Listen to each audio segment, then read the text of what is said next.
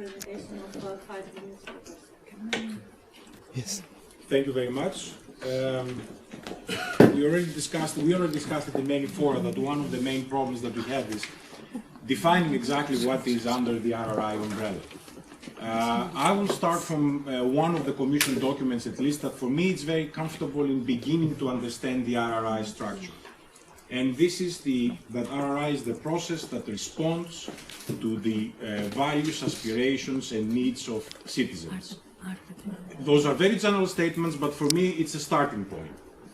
And if we look, for example, at the latest response from the European citizens on questioning the Commission and putting the Commission into its explanatory phase. There are three major questions that come from the European citizens. Each one is signed by approximately more than 1 million people. The first one is on human embryonic stem cells. Why does the Commission support research in that area? This, for me, goes directly to the values. The second is we have to find alternatives to animal testing. This, for me, goes, I know it's unfair, but for me, in my little brain map, it goes into aspirations. It's the ultimate answer to racism. How a society, how humans can behave to another species with respect and with certain conditions that could be considered as ethical. The third is about access and availability of water. This, to me, goes directly into the needs. Now, all three have to coexist in order for responsible research and innovation to exist. If you take away the values, it will not be responsible research and innovation. If you take away the needs, it will not be responsible research and innovation. And if you take away the aspirations, it will not be responsible research and innovation. If you have not seen the October 13th article of The Economist, I will ask you to read it, because it basically puts into question the current condition or situation in the research and science endeavor internationally. Now, The Economist says, and a lot of us agree in many aspects of what The Economist says, not in all, that the research and science endeavor is broken and needs to be fixed. Now, when The Economist talks about research and science, what I think they have in mind is a discussion of the self-regulation of science and research, meaning that science and research has to open up its very closed environment to other actors. Maybe what Economist has in mind is opening up to a particular set of actors, which are made basically the economic actors. What we want in responsible research and innovation, I would assume, is opening the research and science endeavor to other actors too. How these actors can then play a role in the regulation, self-regulation, if you like, of science and research. This is the major point, because we see more and more that events that are very esoteric to the research and science community have a major impact on economic policy and on the well-being of all citizens.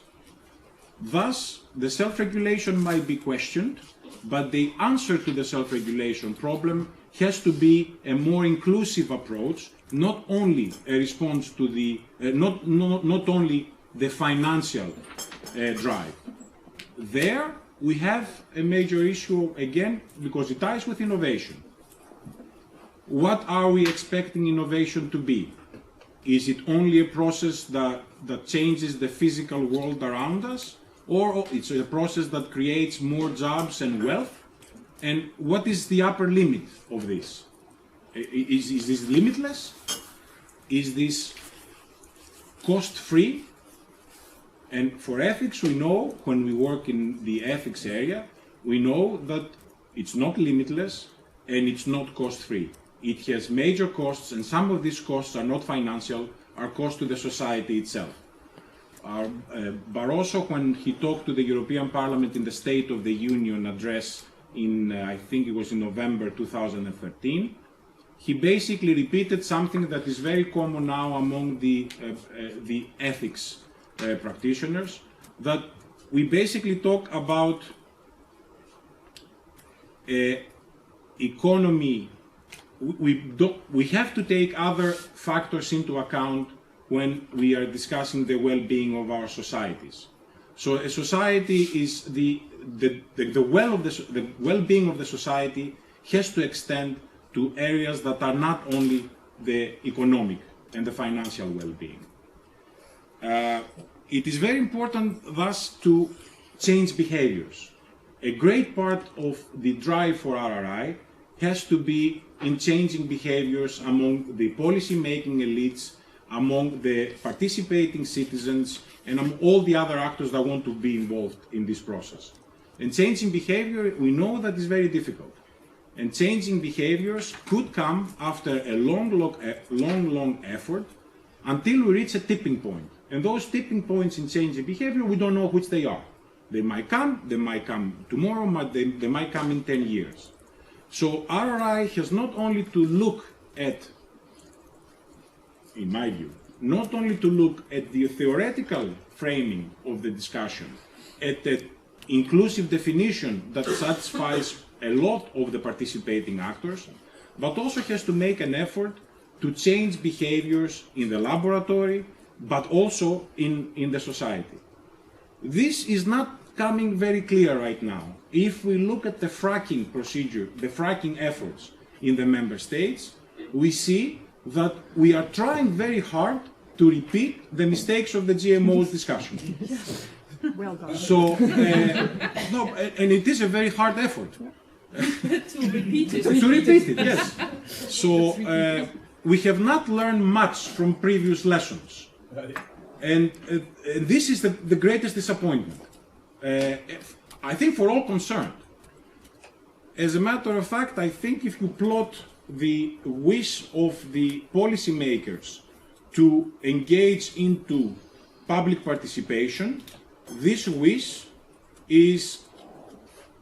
always relates to the failures of public participation to give input to the policy design.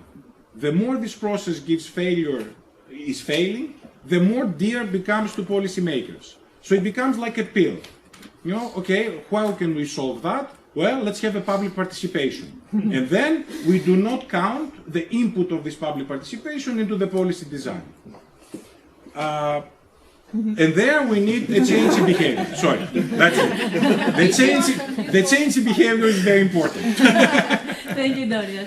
Jacqueline, please. Okay, thank you. I think I would like to pick it up there, as where you left off, because as I already said, it's a social innovation, but the social innovation is so much different from what we are doing now, the way we are conducting research and innovation at this point in time, that we can actually not only speak of a social innovation, but actually of a system innovation. And system innovation means that actually at the level of how we are conducting research and innovation, the way we think about it and the way we structure it needs to change. And so I would say it's not only behavioral change, but it's a much more profound change in how we organize it as well. And that means that this is going to be very difficult indeed. And we know from past experience about system innovations that it can take a long time. And actually the roots of responsible research and innovation go already back 30, 40 years. So when I was a student 30, 40 years back, that was at the time when the first ideas came up and we started experimenting with it. But it's a long time frame. What you see is that if you want to change culture, structure and practice, to do it two ways. From the bottom up, setting up experiments, and top down, having the policies in place. One without the other won't work. If we're only going to do experiments on responsible research innovation, we have a good chance of getting stuck. That we learn, but it's fragmented, we are reinventing the wheel, it lacks coordination, it lacks integration. Top down has the problem that if you only from the top down, you usually change structure. You make new incentives. You try to, for example, say that your research proposal has to be linked to patients. Well, it's an enormously good idea to make it a kind of greenwashing, because if I have a patient organization ticking the box and saying, okay, then you're done. So usually what you see here is evasive behavior. People seem to comply but don't do it. And also they lack often tools, they lack competencies. So I would argue that in thinking about an agenda for a forum, that as a matter of fact you have to think about both linking the experiments and linking the policy level. And I think that if you look at the different projects that are on the ground now for responsible research and innovation, they do have a very nice spread. You see, like the Toolkit project, RRI Toolkit, is trying to identify best practices and learn from that and change them into a training tool. So seeing that competencies are being built. We see projects on CSOs, trying to get them on board of the research and innovation projects and enlarging the pool of actors in that. Well, the forum actually is a way of being able to connect.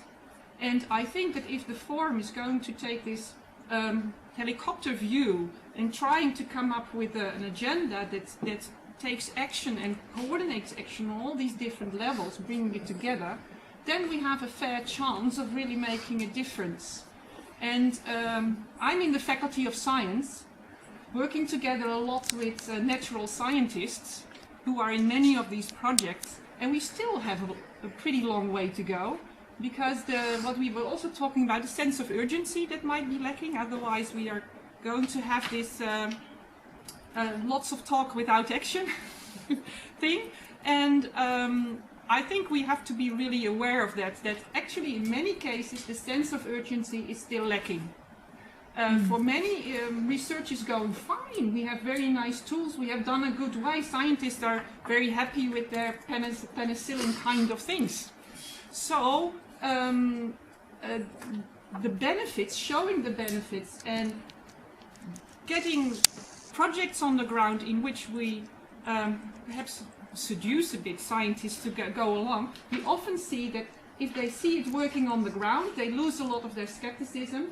And when positive things come out, and the projects I have seen always have these identification of blind spots, of very interesting new avenues for research coming out of all these multi-stakeholder inputs. So I think that if we collaborate and get it really going in different experiments, we can have also the scientists on board.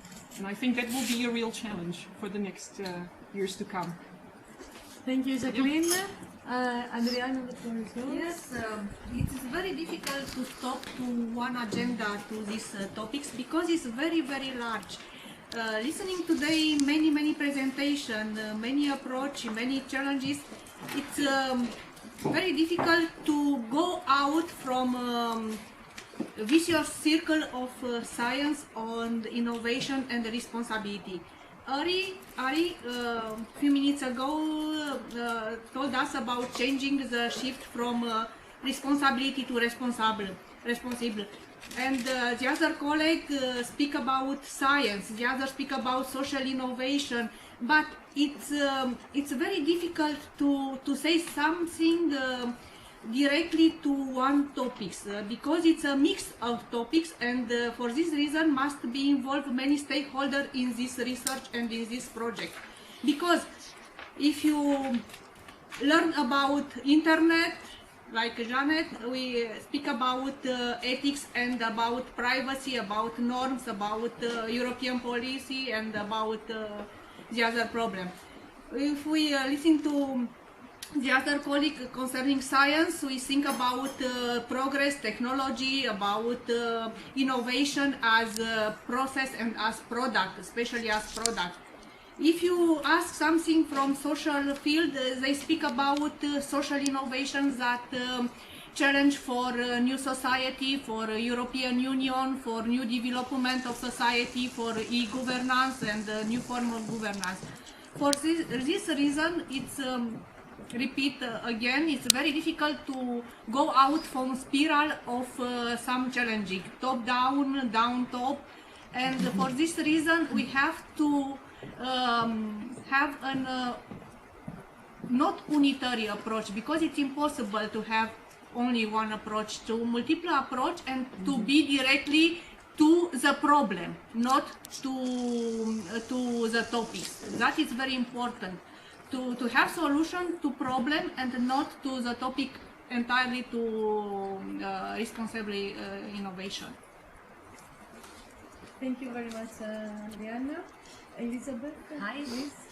Hi, good morning to everyone. My field of research is on the social impact of corporate social responsibility programs and social responsibility. So I work in a business school, so my approach is totally different from what I heard here.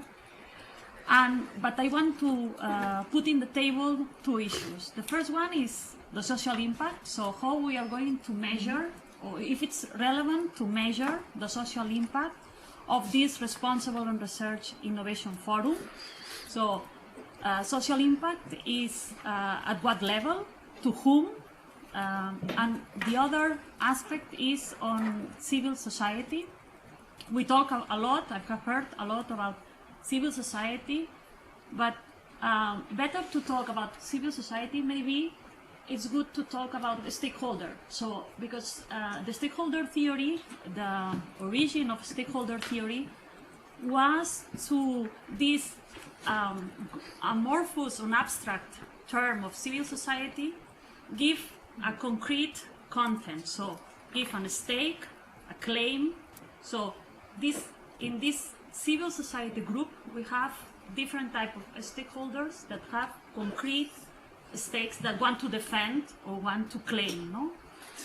And coming back to the social impact, I think it's really important because if we are not able to give a concrete measure of a social impact, why stakeholders want to invest time, money, or time, or to participate in this forum?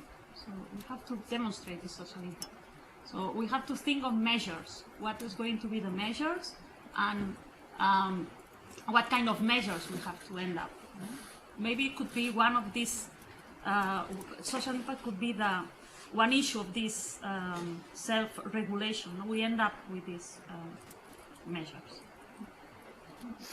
Thank you, Elisabet.